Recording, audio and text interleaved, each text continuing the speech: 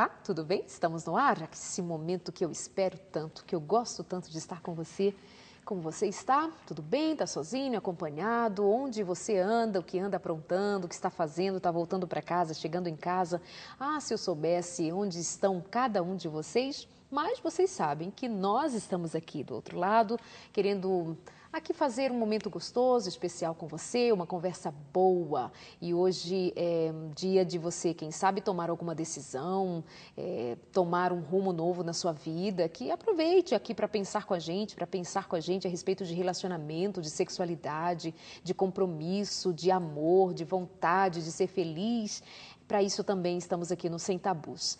E então fique muito à vontade, entre em contato com a gente quando quiser, visite a nossa página no Facebook, facebook.com/semtabus.nt e compartilhe, diga do que você está pensando, questione, abra seu coração, fique muito à vontade. Hoje quem está de volta aqui no nosso programa já é conhecido da maioria de vocês, Nelson Júnior, pastor Nelson Júnior, o homem do Eu Escolhi Esperar. Bem-vindo! Obrigado, estou muito feliz, é sempre um prazer estar aqui de novo no Sem Tabus, estar na família Novo Tempo, na rede Novo Tempo, é um privilégio, é uma honra. Muito obrigada. E eu sempre assim me esforço para tentar corresponder da melhor maneira possível. Você é um servo de Deus. Pastor, o Escolhi Esperar, ele foi tomando uma proporção tão grande. Você conseguiu levar esse projeto adiante de uma forma tão bonita, tão séria. Você é um homem muito sério no propósito de levar adiante essa mensagem de maneira tão responsável. Às vezes eu fico observando, assistindo algumas das suas palestras, acompanhando pelo YouTube, enfim, onde eu possa alcançar. E eu vejo sempre você muito sério, responsável por aquilo que você está fazendo. Não é aquela coisa assim de simplesmente fazer rir, de brincar com o tema, claro, tem isso também, mas volta-se para o aspecto da aliança com Deus, do compromisso com Deus. E a gente foi vendo o crescimento do Eu Escolhi Esperar. Como que você entende tudo isso, olhando para trás e para o agora? O Eu Escolhi Esperar já atravessou fronteiras, é conhecido de todo o Brasil e fora dele.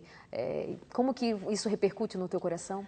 Olha, repercute assim de como que Deus ele pode mudar a nossa história e escrever uma nova história na nossa vida, né?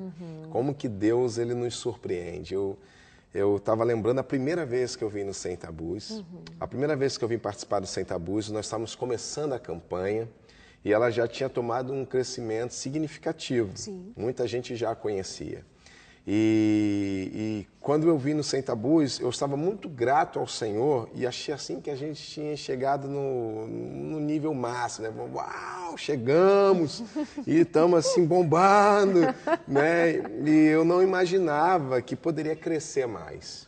Porém, passaram-se aí já um bom tempo da minha primeira vinda aqui, né? E de lá para cá, a campanha continua crescendo, né, em vários sentidos, e eu nunca imaginei, né? Quando eu comecei o Eu Escolhi Esperar, eu comecei para tentar ajudar os jovens, os solteiros, os cristãos lá da minha cidade, onde eu dava muita palestra em retiros, em seminários, em congressos, e eu nunca imaginei, né? Eu falei, vou começar uma campanha para testemunhar para eles sobre o que é uma decisão dessa, quais as implicações de uma escolha dessa.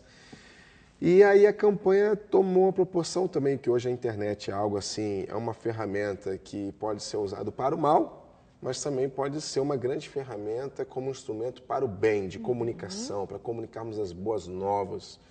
E aí na internet assim tomou uma proporção que eu não imaginava. E de lá para cá, Deus assim, eu sou muito grato. Todos os dias eu agradeço a Deus pelo privilégio e pela oportunidade de estar fazendo esse trabalho, estar inspirando pessoas, né? As pessoas escreverem ou me encontrar, às vezes eu encontro, né? Sou reconhecido em aeroporto.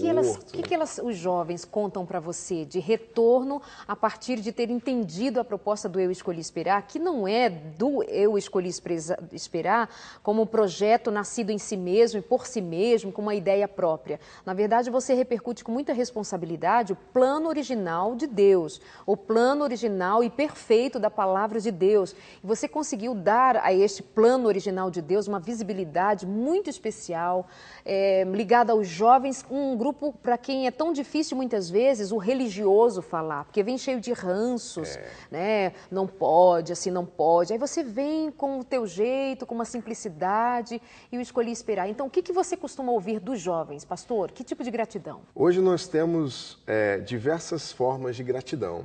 A primeira e a assim muito expressiva são de jovens, adolescentes que fizeram essa escolha de se guardar para o casamento, de guardar o seu coração conforme Provérbios 4:23, de tudo que se deve guardar, guarde também o seu coração. A campanha caiu como uma luva para eles, porque muitas pessoas acham assim que parentes, amigos da escola, da faculdade, do trabalho, quando você revela suas escolhas, principalmente alinhadas com as Escrituras, desejando agradar a Deus, as pessoas que não nasceram de novo, que não conhecem, né, a palavra de Deus, elas têm dificuldade de entender algumas posturas que nós adotamos para a nossa vida. E no que diz respeito, por exemplo, à sexualidade, onde o jovem entende que o sexo foi feito para o casamento, ele acaba sendo mal visto, porque nós vivemos numa sociedade assim muito que promove muita promiscuidade, muita erotização, muita sensualidade, e as pessoas têm dificuldade de entender como pode, gente, um homem não é tão bonito, um rapaz tão bonito, se guardar para o casamento, não é possível, né? E aí, desperdício. Que desperdício, está perdendo o que há de melhor na vida, gente que absurdo, deve ter problema na área, às vezes é um ET, e a gente sente esse drama, né? E foi o que eu senti. Então, quando a campanha surgiu, uma das pessoas assim, que mais escreveu falou assim, graças a Deus que isso apareceu. Porque eu achava que era só eu que pensava assim, eu me sentia mal por pensar assim, eu me sentia culpado ou culpado por pensar assim. E quando a campanha apareceu, primeiro eu comecei a ver, opa, tem alguém que pensa como eu. E a segunda é que como agregou muito jovem, muito adolescente, muitas pessoas solteiras, eles começaram a ver assim, gente, eu não estou sozinho. Se tornou um pouco mais fácil, né, quando várias pessoas se unem, essa unidade de pessoas em torno do tema, fez assim, gente, é uma coisa assim, eu não sou único, não sou tão distante, né, tem milhões que têm a mesma decisão do que eu não estou assim tão fora de sintonia. A outra são as pessoas que não esperaram, que se machucaram, que sofreram muitas decepções amorosas, desacreditaram no relacionamento, no amor, né? E elas então, quando começaram a conhecer a campanha e entender o propósito de Deus para a nossa sexualidade e também o propósito e a importância da integridade emocional, eles começaram a ver assim que havia uma esperança, começaram a ver que havia uma nova alternativa, uma nova opção. E quando foram ouvindo as mensagens e a proposta, aí as pessoas tiveram assim, a minha vida foi transformada, né? Porque as pessoas tinham muita dificuldade de perdoar, que relacionamentos passados, né? Às vezes está muito associado ao perdão, às vezes a pessoa não perdoa, às vezes as pessoas falam assim, gente, será que um dia eu vou amar alguém igual eu amei tal pessoa? E às vezes tal pessoa, hoje a pessoa tem 30 anos, mas essa tal pessoa, ela era adolescente, marcou às vezes de um jeito que marcou assim por anos na vida da pessoa. Então as pessoas se agradecem muito. E assim, as pessoas quando vão no seminário, elas ficam profundamente impactadas. Elas falam assim, pastor, muito obrigado. Olha, depois que eu fui para esse seminário, que eu comecei a entender que Deus se interessa pela minha vida sentimental, Deus se importa. É uma coisa assim tão óbvia, Darleide, para a gente, mas para as pessoas parece nem tanto. As pessoas nunca param para pensar que Deus está interessadíssimo sim na nossa vida sentimental. Deus se importa sim, porque tem aquela falsa ideia, aquele falso conceito de que Deus é ocupado demais, né? E que Deus não se preocupa ou não intervém. Tipo, eu vou ocupar Deus com a minha vida sentimental, eu vou colocar diante de Deus as minhas aflições ou os meus desejos sexuais. Exato, isso elas acham, não, meu absurdo. Deus, absurdo, né? Então as pessoas não... E quando elas descobrem que Deus é um pai de amor, e um pai que todo pai deseja o melhor para os seus filhos, é o que Jesus disse, se vocês que são maus sabem dar boas dádivas aos vossos filhos, agora imagina o vosso Pai que está nos céus. Não vos dará coisas boas. Então, Deus dá boas dádivas para todas as áreas, né? Para a nossa vida profissional, para a nossa saúde, para a nossa vida em família, para a nossa sexualidade e também para a nossa vida sentimental. Né? E assim, é muito bom porque com o meu testemunho é você inspirar outras pessoas. Né? E é muito legal. Um dia desse eu estava descendo do avião, hoje a gente viaja o Brasil inteiro, todos os finais de semana. E tem uma companhia aérea que o comandante fica na porta, cumprimentando os passageiros que saem. E quando eu viajava antigamente, eu viajava sozinho. Hoje, escolhi para crescer o tanto, que hoje nós temos uma equipe, nós temos um escritório nacional, nós temos 8 pessoas, 8 famílias em tempo integral, trabalhando para essa campanha. Ainda é pouco. Ainda é né? pouco. A gente agora está dando um novo passo, né? De ter o nosso estúdio para fazer as nossas gravações. E um dia eu viajo com uma equipe hoje que me ajuda, que me auxilia. Viajamos em 4, 5 pessoas e todo mundo uniformizadozinho, com o uniforme do Escolha Esperar, e todo mundo no aeroporto, presta atenção, é um negócio muito engraçado. E a gente estava assim descendo, então nós estávamos enfileirados, e aí quando eu passei, o comandante estava na porta, né? E ele viu o nosso uniforme com a mãozinha do Escolha Esperar, eu escolhi esperar e passou O uniforme primeiro. Você chama essa camiseta bonita e outras não, mais? tem uma outra Tem igual uma outra. Polo, né? Ah, assim, tá. mais, Só para ocasiões. Empresarial, assim, um negócio. Essa aqui vai para as palestras, né? Mas tem uma outra que é um uniforme mesmo que a gente usa, né? E aí, quando nós passou o primeiro, passou o segundo, o comandante foi só vendo. E quando eu passei, né, ele olhou para mim e falou assim: minha filha já me fez gastar muito dinheiro comprando material nesse site, mas parabéns, é lindo o trabalho de vocês, parabéns. Que ótimo. Né? E assim nós saímos. E Deus faz coisas assim, engraçado, né? Quando eu tomei as decisões, eu tinha 12 anos, Darleide. Eu nunca imaginei que uma escolha, uma decisão, ela não só interfere na nossa vida por um momento.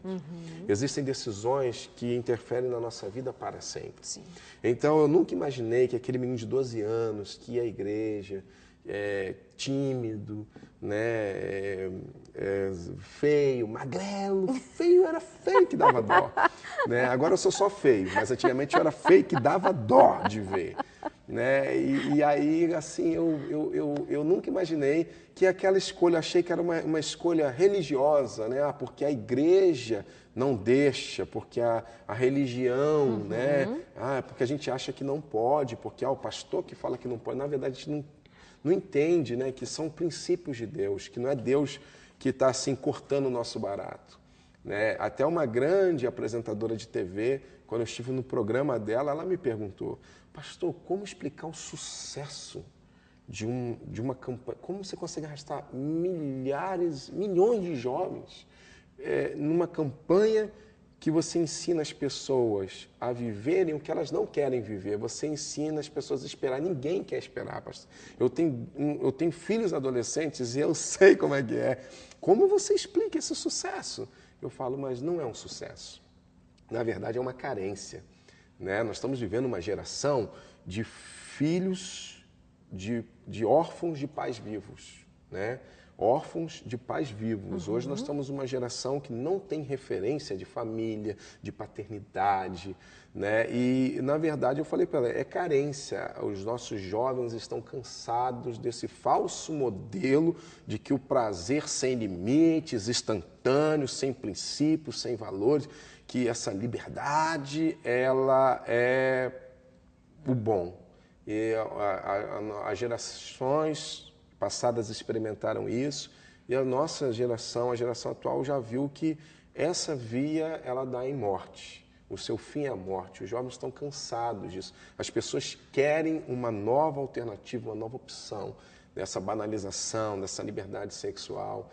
Então, assim, eu agradeço todos os dias. Eu estava vindo hoje mesmo para Novo Tempo, quando saí da minha cidade, peguei o avião, eu estava dando graças a Deus pela oportunidade de poder estar vindo num programa como Sem Tabus, numa rede como a Novo Tempo, que tem um alcance fenomenal. Graças a né? Deus. Quantas pessoas, porque não é só o Escolha Esperar que é famoso, não.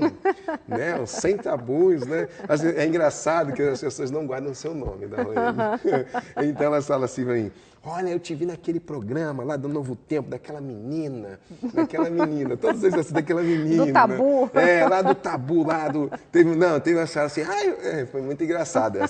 Uma senhora, né, ela foi levar a filha na palestra e ela ama Novo Tempo, ela tem uma TV por assinatura em casa só para assistir a Novo Tempo, ela falou assim, eu vi você lá naquele programa Sem Vergonha. Eu falei, não, sem vergonha sou eu. O programa é Sem Tabus, né? E assim, o programa tem alcance. Então eu agradeço a Deus todo dia por esse privilégio, por essa oportunidade, que bom, né, de estar falando a uma geração. Mas é o que eu disse, eu trago aqui convidados em quem eu confio. E o pastor Nelson Júnior, ele não é da Igreja Adventista do Sétimo Dia, ele é de outra denominação. Mas quando é sério, quando é responsável, quando faz um trabalho com profundidade, tem lugar aqui com a gente, independente de ser adventista ou não. Já trouxe batistas para sentar aqui, já trouxe pessoas de outras denominações, quando tem uma proposta séria em quem a gente pode confiar. Esse é o caso do pastor Nelson, por isso que ele está aqui com a gente hoje, por isso que ele está com você, por isso que ele é convidado para tantos programas de nome nacional, conhecido demais. Aí eu fico pensando, será que o Nelson ainda vem aqui com a gente? Um Simples Sem Tabus? Ainda bem que ele veio.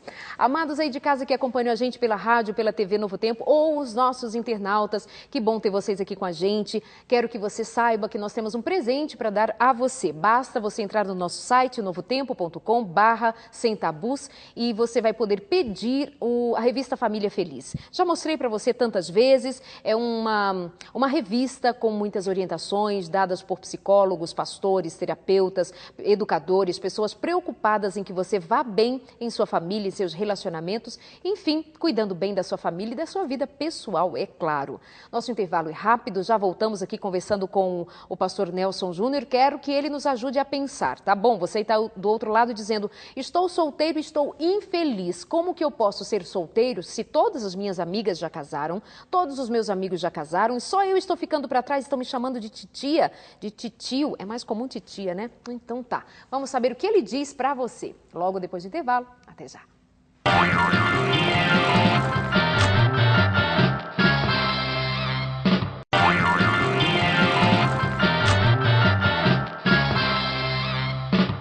No Sem Tabus de hoje, além da sua presença, aqui com a gente também o pastor Nelson Júnior, do Ministério Eu Escolhi Esperar, que está baseado em 1 Tessalonicenses 4:3-4, pois esta é a vontade de Deus. O que diz esse verso mesmo, pastor?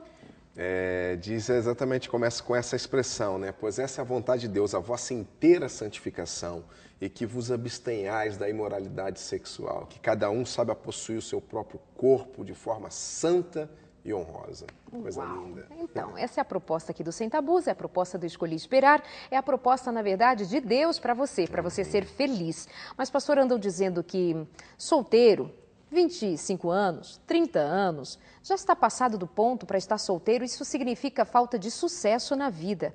E aí vem a pressão. E ainda a outra pressão interna, o pessoal, de dizer, puxa, a maioria das pessoas casam, a maioria das pessoas se envolvem, se relacionam, amam e são amadas, por que eu estou só? E é um sofrimento que a gente precisa atender, né? É verdade. E o que você tem dito para essas pessoas que acham que para ser feliz precisa de fato casar, ou mesmo nós acreditando que sim, faz parte da felicidade estar casado, namorar, ter alguém, mas que é possível estar bem e estar sozinho? Exatamente. Uma das coisas que eu observo muito, Darleide, é uma obsessão pelo casamento, né?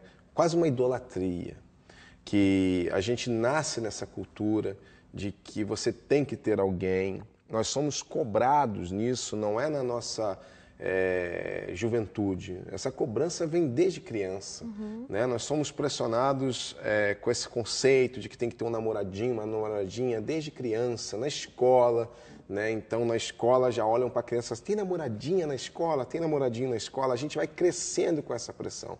E aí isso se intensifica na adolescência, porque nós começamos a ver os nossos amigos adolescentes todos já tendo suas aventuras sentimentais, suas desventuras também, porque eu comecei a observar assim, que adolescente sofre muito por amor. E quando eu era adolescente, eu falei, gente, como que adolescente sofre por amor? Você sofreu também? Não, porque aí é que começou a história do Escolhi Esperar. Porque há um ditado que diz que inteligente é quem aprende com seus próprios erros. Sábio é quem sofre, é quem aprende com os erros dos outros. E eu aprendi com os erros dos outros. Quando eu era adolescente, eu comecei a observar que adolescentes sofriam demais por amor. E eu falei assim, gente, vou conversar com um jovem, não é possível. Eu não quero sofrer igual todos os meus amigos e todas as minhas amigas, meus primos, todos os adolescentes que eu sofrem em vida amorosa. Eu falei, eu não quero isso para minha vida. E aí foi conversar com os jovens, aí eu fiz uma descoberta. Se adolescente sofre muito por amor, o jovem não sofre por amor. É tudo sofrido já. Tudo detonado. Eu falei, gente, então se o amor é isso, eu pensei, gente, a minha história vai ser igual a de todo mundo, eu não quero sofrer igual todo mundo sofre. E foi onde eu comecei a colocar diante de Deus a minha inquietude, porque eu tinha aí 15 anos, todo mundo já tinha com 15 anos, ou mais novo até, que eu já conhecia, até mesmo na igreja. Já tinham namorado, já tinham pelo menos ficado com alguém, se apaixonado por alguém. E eu comecei a me sentir um ET. Eu falei assim, gente, e eu com 15 anos já senti essa pressão que você colocou na sua pergunta com quem tem 25. Com 15 anos eu já achava que eu estava encalhado, que ninguém me queria, que ninguém me amava. E eu era louco para conhecer alguém, para namorar, para beijar na boca. Eu tinha toda essa coisa, e na igreja. Né? Mas eu comecei a ver como que as pessoas sofrem demais por isso. Então a gente tem essa pressão desde muito novo, é muito precoce. A timidez, que você disse que era um rapaz muito tímido, um menino muito tímido, dificultava também essa aproximação com as meninas? Não, dificultava o meu complexo de inferioridade, porque eu me achava feio, porque eu era muito extrovertido, né? Assim, eu era tímido, assim, de falar em público, de fazer isso que eu iria fazer agora. Mas entre os seus amigos, não? Não, entre meus amigos, não. E as meninas, eu chamava muita atenção das meninas porque eu era um cara engraçado, mas também não tinha como não ser. 1,93 m, magrelo, com um pé desse tamanho, parecia um palito de fósforo, com a cabeça, né? Eu parecia um palito de fósforo, né? Não tinha cabelo. Gigante, não tinha cabelo, sempre foi cabelo assim batidinho, sabe? Parecia um palito de fósforo. Mas eu era muito engraçado também. Ainda é, tá? Né? Mas ainda bem que agora eu sou só engraçado, mas antigamente eu era engraçado e feio. Aí o que acontece? Eu tinha muito complexo de inferioridade. Então eu achava assim que nunca nenhuma menina, eu nunca ia chamar a atenção de nenhuma menina. Mas eu tinha essas pressões. Então, agora imagina, eu tinha 15 anos e já sofria isso. Agora imagina se isso se estendesse na minha vida por mais alguns anos. Né? É aí que entrou a parte da minha história que eu vejo como que Deus... Isaías 55, os caminhos de Deus não são os nossos caminhos, diz o Senhor. Né? O que Deus tem para nós, os meus pensamentos são maiores do que os vossos pensamentos, diz o Senhor. Quando eu tinha 16 anos, que eu li aquilo, eu falei, Deus, eu gostaria tanto de experimentar algo diferente do que todo mundo experimenta. Como não sofrer, Deus, igual todo mundo sofre? E foi um dia, meditando na palavra de Deus, como manterá o jovem puro, né? O seu caminho, como que o jovem pode manter, observando a palavra de Deus. Um dia, meditando na palavra de Deus, foi nitidamente o Senhor falando no meu coração, filho, eu vejo que você quer viver o que todo mundo vive, mas você não quer sofrer igual todo mundo sofre.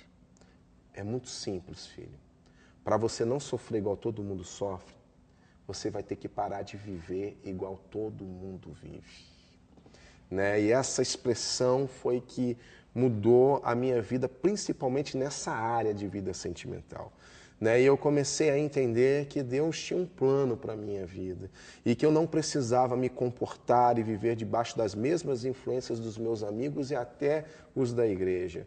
Né? Porque às vezes a gente, como é líder, a gente tem a falsa impressão, né? Igual a mãe acha que o filho, não, meu filho não faz tal coisa. Quando nós somos líderes, nós achamos que os jovens, que os adolescentes da nossa igreja não fazem tal coisa. O das outras faz, mas o daqui não.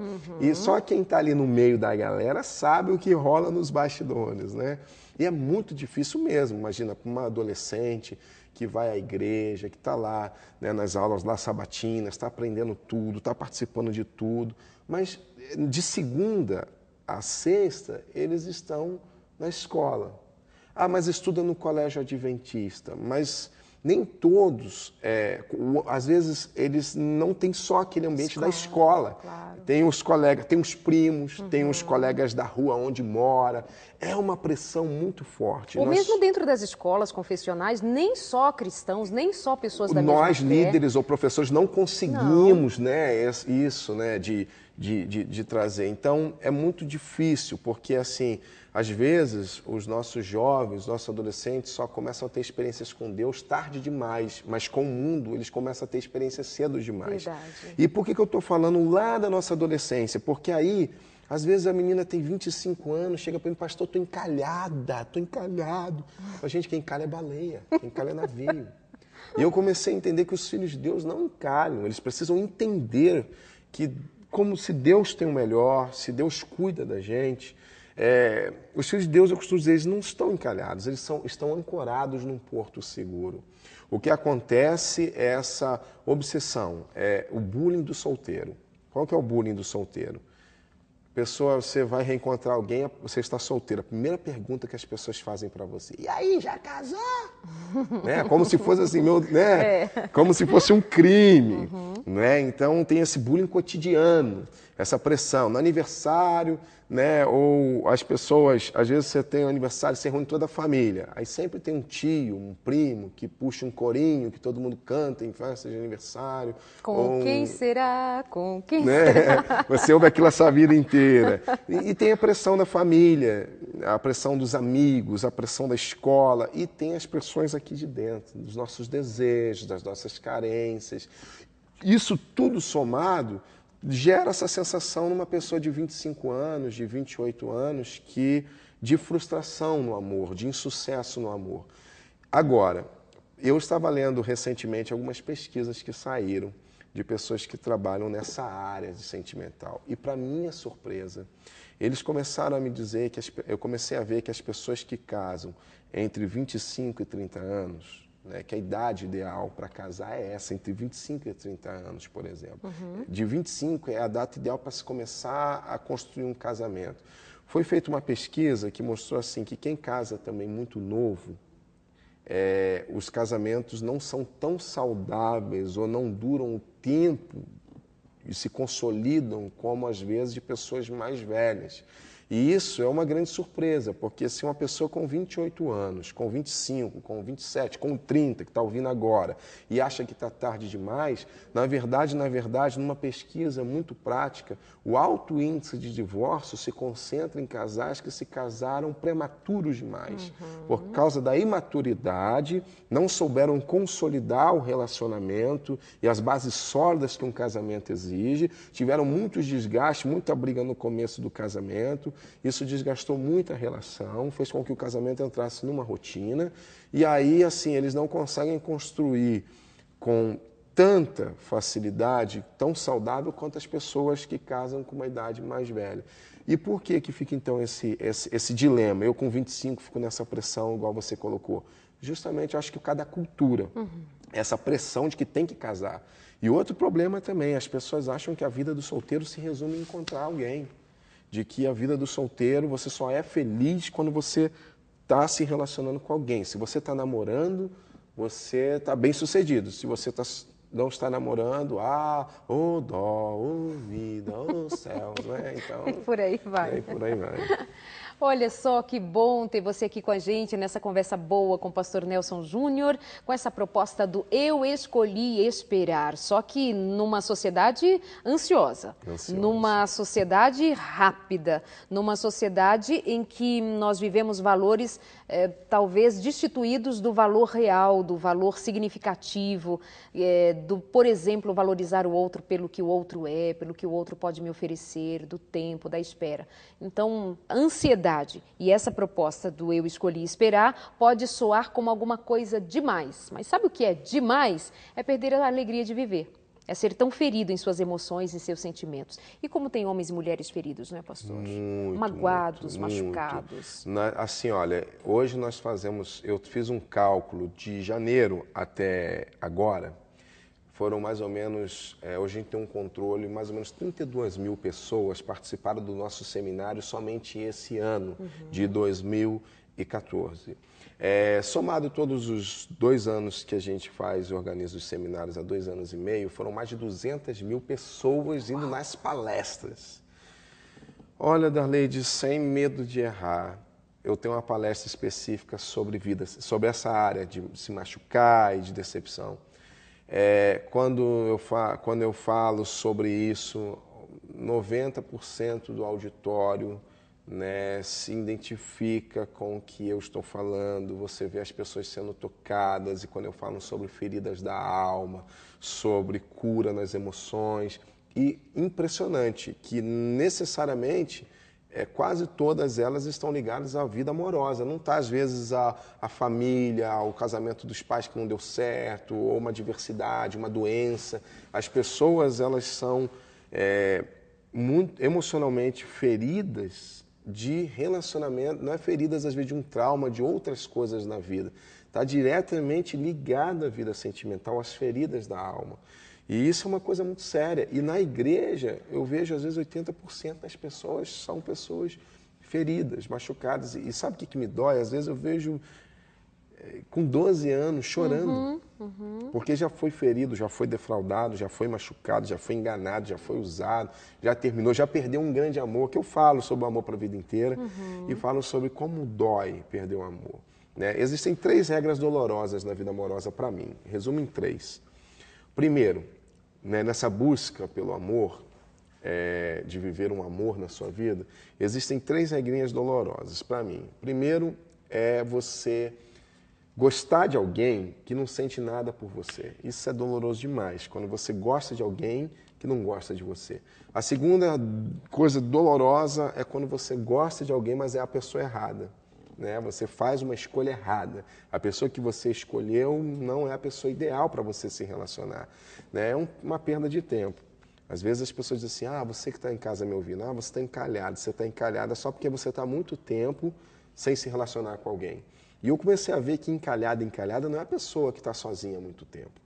Encalhado, muitas vezes, é a pessoa que está ao lado da pessoa errada. Exatamente. Num relacionamento. Casou com a pessoa errada. Ou casou com a pessoa errada, ou está noivo, está se noivo. relacionando com alguém, e você às vezes está ali 5 anos se dedicando a alguém que é um relacionamento que não te leva a lugar nenhum, cheio de ciúme, cheio de aborrecimento, onde as pessoas só se desgastam, a pessoa só te entristece, o relacionamento não te acrescenta. Então eu aprendi assim, que o fato de eu estar sozinho, eu fiquei sozinho 7 anos. Doido para conhecer alguém, mas eu guardei meu coração e durou 7 anos o meu tempo de espera. Não se apaixonou por ninguém? Não, guardei meu coração. Assim, eu não me apaixonei.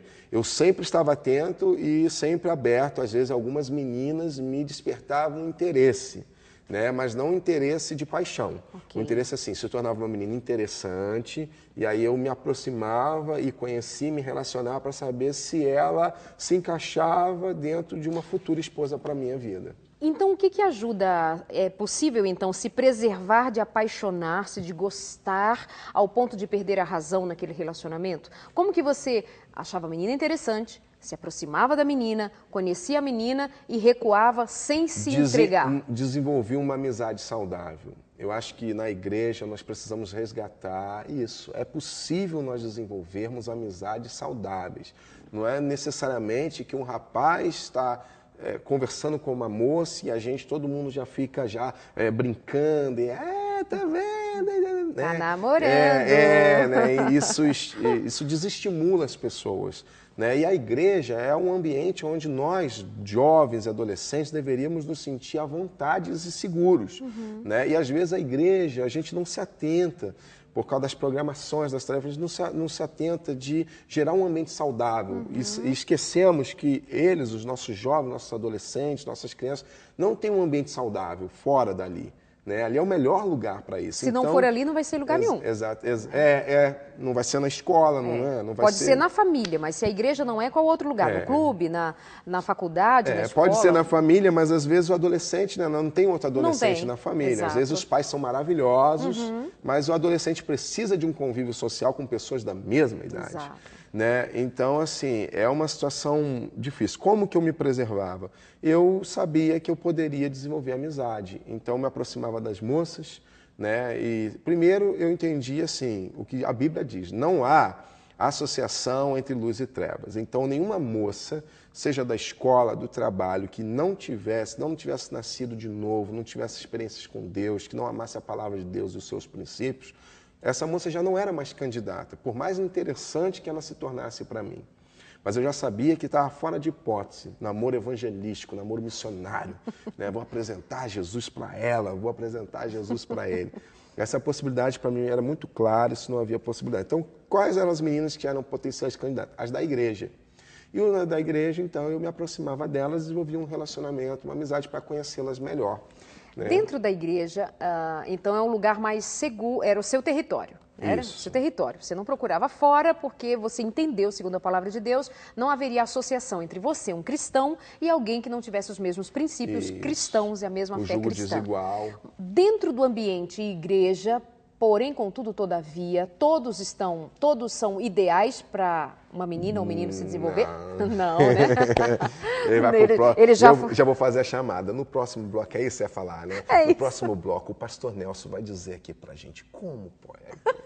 Pode ir lá, Muito bem, tá dito o recado, até já.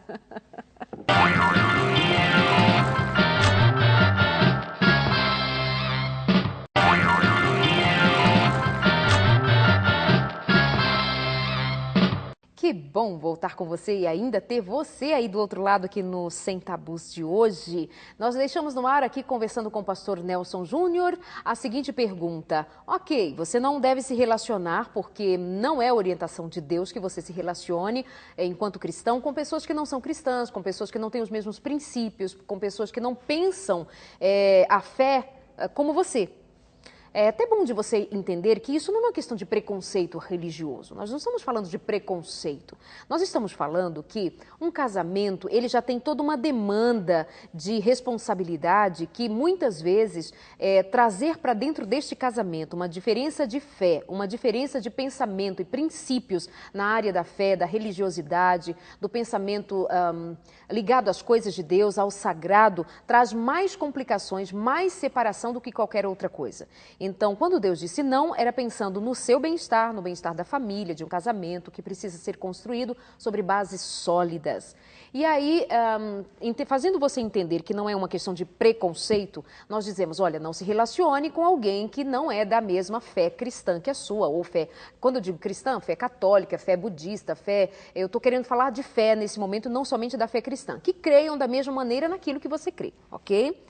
Mas também quando a gente fala sobre esse tema, nós queremos dizer que dentro da igreja, no ambiente que nós frequentamos, o fato de alguém sentar no mesmo banco da igreja que eu e for despertado algum interesse por esta pessoa, possa significar que ele é uma pessoa que tem todos os elementos possíveis para me fazer feliz. O que eu quero crer que não, até porque você já disse antes de ir para o intervalo que não. Fala um pouco mais sobre isso. Aí vem a primeira seleção, era essa, né? Eu sabia assim, se uma moça na igreja, ela não fosse da igreja, não era nem candidata. Agora, e as candidatas que apareciam? Como fazer? Que eram as que estavam na igreja, que é onde eu escolhi, que era o lugar onde eu deveria, então, fazer essa seleção. Né? E aí eu começava, então, eu gerava uma aproximação para gerar uma amizade, para conhecer e conhecer um pouco os propósitos da pessoa, conhecer o temperamento da pessoa, né? Porque assim, hoje as pessoas também começam um relacionamento sentimental, um namoro muito rápido, de forma muito precoce. E depois, porque começar é fácil, eu sempre falo isso para o jovem, começar é muito fácil, difícil é quando você tem que terminar. Doloroso é quando você tem que interromper, é quando você tem que terminar com alguém que você gosta, ou pior, quando a pessoa que você ama, ela vem e termina com você. Era isso que eu não queria passar. Então, para me poupar disso, desse sofrimento, eu comecei a ver que assim, o momento de seleção, o momento de conhecer era fundamental e que eu não deveria ter pressa para conhecer. E se eu conhecesse alguém interessante, eu não deveria ter pressa para começar um relacionamento com ela. Deveria sondar, conhecer, saber o que pensava a respeito, se tinha os mesmos propósitos, né? O que ela pensava, por exemplo. Já teve menina na igreja que eu me interessei, mas eu sempre tive o desejo de não ficar namorando, eu queria casar. O meu foco era casar, o meu foco não era namorar. Eu queria construir uma família, queria ter um casamento. Então, assim, quando eu já conversava com uma moça, já via que ela não fazia parte dos planos dela se casar nem tão cedo, falava, Deus me livre casar cedo, né? Então eu já sabia que já não era. Era um sinal que não era para você. Por quê? Porque no meu propósito era casar cedo. Ô Nelson, você teve uma família que te deu este modelo? Você viu seus pais bem casados? Não, quando você falou do jugo desigual, eu nessa parte de jugo desigual, eu sempre ministro, quando eu falo sobre isso, de duas formas. Primeiro, eu ministro como um ministro do Evangelho, à luz das Escrituras, que a Bíblia é clara. Depois eu entro com a parte emocional do negócio, eu ministro como um filho. Eu ensino hoje, dedico a minha vida a ensinar as pessoas a não se envolverem num relacionamento fruto de um jugo desigual, porque eu sei as consequências disso, porque eu sou fruto de um casamento jugo desigual. Minha mãe foi criada na igreja e aprendeu isso que nós falamos, ela aprendeu. Só que um dia ela se apaixonou por um rapaz, com tantos rapazes na igreja, ela se apaixonou por um rapaz que não ia à igreja, que bebia muito, né? Mas foi um rapaz que mexeu com o coração dela. E eles se apaixonaram. E essa paixão, minha mãe acreditava que porque ele a amava muito, um dia ele iria mudar. E que um dia era uma questão de tempo, ele iria para a igreja com ela. E a minha mãe pagou para ver e casou com o meu pai, né? E foi assim, ficaram 27 anos casados. E desses 27 anos casados, eu vi a consequência que é o fruto de um casamento desigual. E eu não tinha referência de casamentos felizes, né? Nem na minha família, nem dentro da minha própria casa. Então, tudo isso que hoje eu ministro é fruto realmente assim de um milagre de Deus na minha vida. Porque os meus pais, minha mãe errou na escolha dela, o casamento foi muito sofrido, foi muito doloroso. Nós sofremos muito como filhos, eles sofreram muito como marido e mulher, mas impressionante, os filhos sofrem dobrados, porque a minha mãe escolheu isso, mas ela não sabia que ao escolher isso, ela achava que ela falava assim, não, eu pago para ver, mas ela não pagou sozinha. Exato. Né? Eu e minhas irmãs, o meu pai também, mesmo não sendo cristão até hoje, eu sei que ele sofreu muito. Com certeza. Né? Minha mãe sofreu demais, porque ela sofria pelo amor que sentia por ele e depois sofria também pelas consequências disso na vida dos filhos. O meu pai, por exemplo, ele achava que eu era gay. Esse negócio de esperar em Deus, ele fala, mas isso é coisa de boiola. Eu nunca vi um homem com tanta menina, aí as meninas tudo te procurando aqui, você não. Então, meu pai tinha certeza que eu era gay. Né? Então, meu pai, assim, quando eu decidi ser pastor, meu pai tinha ódio, ele achava que todo pastor era ladrão. Ele falou assim, ó, um desgosto você já me deu, que é assim, vai virar pastor. Agora eu só estou esperando a segunda notícia. Um filho só pode dar duas notícias ruins para um filho. Um filho só pode dar duas notícias ruins para um pai. Que ele é vagabundo, ladrão, criminoso, bandido, ou que ele é gay. A primeira você já me deu. Você decidiu ser pastor, pastor é tudo vagabundo, é tudo ladrão. Já tenho esse desgosto, eu tenho vergonha disso. E a segunda, só estou esperando agora, que eu nunca vi você com menina aqui, daqui a pouco você vai vir falar para mim que você... Né? Então, mas, Nelson, como é que você ficava nessa hora? Você ouvia aquilo, levava na boa? Como é que era? Não, levava na boa não, né? Levava era tipo na assim, cara Senhor, mesmo. tipo, Senhor, meu pai está na carne mesmo, não está no espírito, mas como é que você administrava isso? Dá um desgosto, não? Não dá, é muito difícil, era muito difícil, meu pai achava que eu era gay, os meninos da igreja não achavam que eu era gay, mas eles achavam que eu tinha medo de mulher, né? Que eu gostava de mulher, mas eu só não sabia chegar. Então um dia ele entrou uma menina para a igreja, mas também ninguém chegou nela. Ninguém se interessou por ela, todos os solteiros, ninguém chegava na menina. Mas também parecia que a menina tinha acabado de voltar da guerra do Iraque. A menina maltratada, toda largada, olha, era uma coisa triste. Né? Então, quando ninguém chegou nela, e eles sabiam que eu estava esperando em Deus, o que eles conclusão eles tiveram? Alguém teve um revelamento lá, né? Apareceu um anjo do mal, deve ser, e falou assim, sabe por que ninguém nunca chegou na fulana? Porque a fulana é a mulher que Deus guardou pro Nelson. E aí, chegaram na menina, falaram, você quer casar? Ela falou, meu sonho, eu estou esperando. Eu falei, o que você acha do Júnior? O Júnior é muito legal. O Júnior quer casar, ele só não sabe chegar. E o Júnior tá facinho. O Nelson, quem chegar, leva. Porque ele nunca chegou em nenhuma menina, mas a menina que chegar nele, e não é que a menina chegou chegando. Uau! Ela chegou chegando, falou, parou. Falei, que isso? Aí ela se declarou, eu falei, não, mas não é assim. Ela falou, mas você não escolheu esperar? Eu falei, eu escolhi esperar, mas não é você. Próxima, né? Não é você não. Não é, né? Não tinha os requisitos. Não tinha, mas aí eu comecei a desenvolver amizades, né? Às vezes também as pessoas na igreja, elas precisam desenvolver amizades para nós conhecermos bem as pessoas, né? O problema é que tem gente que confunde. né? Também Homem, tem as na maioria das carências, vezes. Na alguma maioria coisa das vezes assim. o homem confunde. De vez em quando chegam umas cartas, uns e-mails, uns recados no Facebook aqui para algumas meninas solteiras da Novo Tempo, apresentadoras, e algumas falam assim, ai, Deus revelou que você é para mim, Deus revelou, você é a mulher da minha vida. Também eu acho muito interessante, porque normalmente quando diz assim, olha, eu acho que você está enganado, está equivocado, aí a pessoa diz assim, ah, porque você é estrelinha, e já vira casar. Já de vira repente, casaca. Deus que me deu você, no outro momento. Aí já... Então, eu fico preocupada com essas pessoas que confundem as coisas, que não conhecem a pessoa, ou mesmo conhecendo, aproximando-se por amizade, a carência, sabe? Essa coisa de eu quero muito alguém, eu estou fascinado por alguém, e se entrega, e perde o sentido da caminhada. E aí, além dessa idolatria que tem ao casamento, aí tem também o outro lado que é muito sério. As pessoas criam um falso conceito sobre o amor e sobre o casamento. Sim. Né? As mulheres acham que o casamento é Disneylândia. Ele vai encontrar um príncipe encantado. Aí o príncipe não vem, ela vai lá e casa com o cavalo dele, casa com a topeira de um homem, entendeu? Que é só dar coice nela, então, porque o príncipe encantado não vem. Né? E os homens também casam com o conceito, as pessoas entram com motivações erradas no casamento e elas veem o casamento assim como um conto de fadas, uma coisa, e quando descobrem que não é aquilo, aquilo traz assim depois uma decepção para o relacionamento, para o casal, e as pessoas criam essas fantasias. E elas vão nessas fantasias até no encontro da pessoa ideal, da pessoa perfeita. Né? As pessoas também iludem muito isso. Então vê a apresentadora, né, igual a da Novo Tempo, lá, bonita, né, tá bem arrumada, tá maquiada. Aí vai naquela ideia ali. Acha, né, ali ela tá bem produzida, né? Também tá com o cabelo penteado, com a maquiagem, né, acordado do lado dela, né? É outra história. Coisa, é nisso né? que às vezes as pessoas, os jovens, os mais jovens, os adolescentes, talvez eles façam a seguinte divisão. Quando eles vêm dizendo, a gente falar que o casamento tem uma exigência em si mesmo, que o casamento tem um quê a mais, que vai além de fazer sexo. Sim, que o homem acha que o casamento é...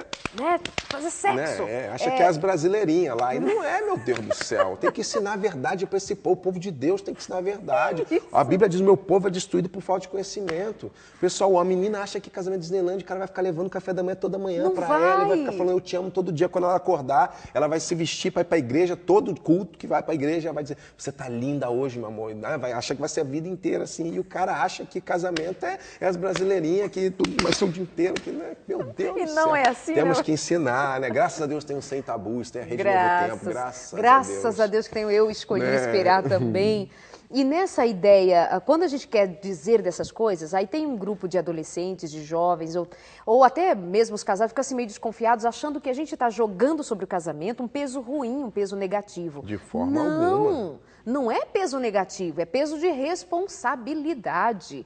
Por exemplo, você vai tirar a sua carta de motorista, tem que fazer todo um preparo, tem toda uma história, não pode comprar cartinha de motorista, não. Você tem que ter responsabilidade pela demanda, pela exigência do trânsito, você tem que saber dirigir corretamente.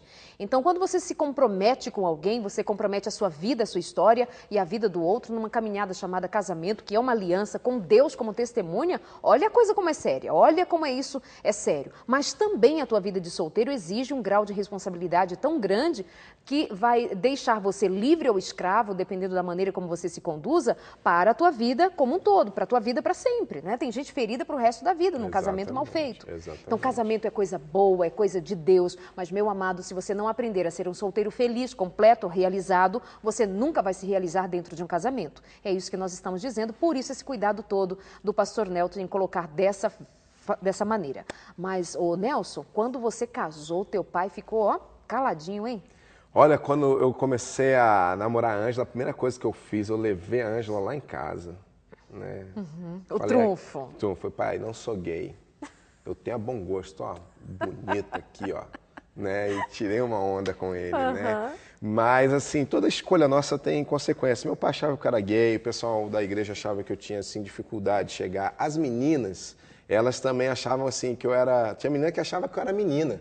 Eu não achava que eu era gay, não, porque era assim.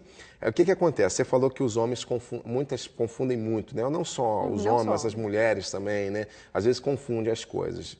Então, uma das queixas que eu ouço muito das meninas, assim, Nelson, Os homens confundem demais as coisas. E as meninas sempre se queixavam muito que os homens são os que mais confundem. Às vezes você começa a amizade com um rapaz, daqui a pouco o rapaz estava interessado por elas ficaram decepcionadas por isso. E como eu era um rapaz que eu ficava muito na minha, respeitava as moças como Paulo ensinou a Timóteo, né, na carta aos Timóteo, tratava como uma irmã. Né? Com minha irmã, eu não ficava de pombagirice gospel pra cima das meninas, né? Eu não ficava lá no WhatsApp, você tem lá cantando as meninas tudo da igreja, que as meninas hoje são tudo assim, né? Eu escolhi esperar com essa mão, mas com a outra aqui, ó, dá em cima das meninas tudo na igreja, né? Então, eu, por ter uma postura sempre assim, queria ter um coração que agradasse a Deus, né? Que Deus olhasse, eu queria viver Salmo 37, que diz, agrada-te no Senhor. E Ele satisfará os desejos do teu coração. Eu queria experimentar essa promessa. Então eu vivia de uma forma que eu queria assim, agradar ao Senhor com a minha vida, que eu sabia que Ele saberia me retribuir, que Ele é fiel. E aí as meninas achavam que aí todo mundo achava que eu era o cara ideal para ser amigo. Então era uma mulherada atrás de mim, era isso que meu pai ficava desconfiado. Porque tinha uma mulherada atrás de mim, porque as meninas gostavam de ser minhas amigas, que falavam, não, o Júnior é bonzinho, porque o Júnior não mistura as coisas. E toda menina queria ser minha amiga. E aí ficava aquela mulher atrás de mim, meu pai falava assim, ó, homem com muita mulher, ou ele pega todas, e se ele não pega nenhuma, ele é gay. Quem gosta de andar com um monte de mulher é gay. Era por isso que ele assim se determinava. Assim que ele deduzia. Né? Ele nunca aparecia com nenhuma menina. Né? Então, e as meninas achavam que às vezes elas confundiam, quem confundia era elas. Né? Às vezes a menina comprava a bolsa, um sapato, em vez de mostrar para outra menina, vinha mostrar para mim, olha o que eu comprei, olha que bolsa, vai falar nada? Não. Eu não gosto de bolsa, eu não gosto de sapato. Um dia eu falei para as meninas da igreja, falei, meninas, eu não sou menina, eu sou homem, eu gosto de mulher. Eu gosto de menina, entendeu? Eu não gosto de bolsa, eu não gosto de sapato, não gosto de maquiagem, eu gosto de menina. Então as meninas é que confundiam. As meninas confundiam, né? Enfim, lidar com gente, olha, tem um desafio. É um desafio. Mas olha, essa conversa vai precisar continuar no próximo programa. Nós vamos fazer mais um programa com o Nelson. Você vai ficar aqui com a gente para acompanhar o final dessa história, como foi a reação do pai dele quando ele casou. Eu quero ainda fazer um programa um dia desses com a Ângela. Quero trazer a Ângela aqui no programa para a gente conhecer a esposa do Nelson. Quero saber como foi o tempo de espera dela. Quero saber quais foram os sentimentos, qual foi a primeira impressão que ela teve de você, se ela foi uma das suas amigas, se ela achava alguma coisa diferente a seu respeito. Dá um filme. Não. Então tá, aqui com a gente. E eu sei que o Escolhi Esperar tá aí planejando o filme, né? Eu tô sabendo, no próximo programa você conta. Despedida do povo aí de casa, até o próximo programa. Gente, muito bom estar aqui no Senta Bus. E você que gostou do bate-papo de hoje, já tem até na internet outros papos. Aqui no Sem Tabus, só jogar lá Sem Tabus, né? Ao seu Escolha Esperar, tem papos anteriores a esse. Conhece o nosso trabalho na internet, você que está conhecendo hoje. Acessa na internet, tudo sobre eu. Só você jogar lá, Eu Escolhi Esperar. Estamos no YouTube, estamos no Facebook, estamos em todas as redes sociais e temos um site bem legal. Papai e mamãe, se você está aí, ouviu, achou bem legal, mostra para o seu filho para conhecer o nosso projeto, o nosso trabalho. Vai ajudar, uma ferramenta aí para te ajudar na criação dos seus filhos. E você que está solteiro, corre lá, pesquisa tudo, euescolhoesperar.com. Perfeito, obrigada, pastor. Obrigada, você aí de casa. E é isso mesmo, nós confiamos que escolher esperar é o melhor de Deus para você, porque no tempo certo, Ele age. Nosso encontro fica marcado para a semana que vem, aqui no Sem Tabus. Eu volto com o pastor Nelson para essa conversa boa aqui com a gente. Não vai perder. Um beijo e até o próximo.